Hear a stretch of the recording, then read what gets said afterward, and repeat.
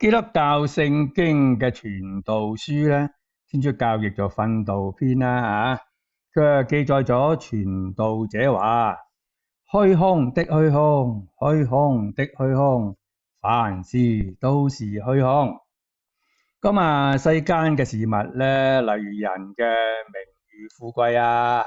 或者人辛勞所得嘅成果甚至乎智慧等等咧，都係好似風咁嘅啫。人係捕捉唔到嘅，人係揸佢唔住嘅所以咧，傳道者後來又話啦，都是虛空，都是捕風有位小弟咧，同埋好多香港人咧，都極其敬仰嘅醫生教授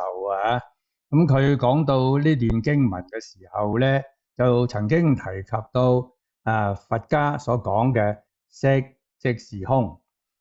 色咧係可見嘅事物，空咧佢話係不存在咁解，咁當然係冇錯啦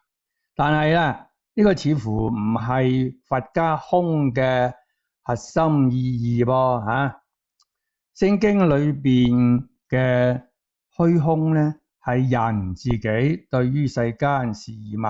無一可以自己掌握嘅嗰種嘅無奈感受噶。而佛經嘅空咧，係指嘅係咩咧？係事物存在嘅狀態。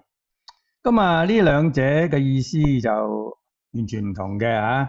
所以咧就未必可以拿出嚟類比。在下咧向下一講咧會講一下呢個對於呢個色空嘅一得之語。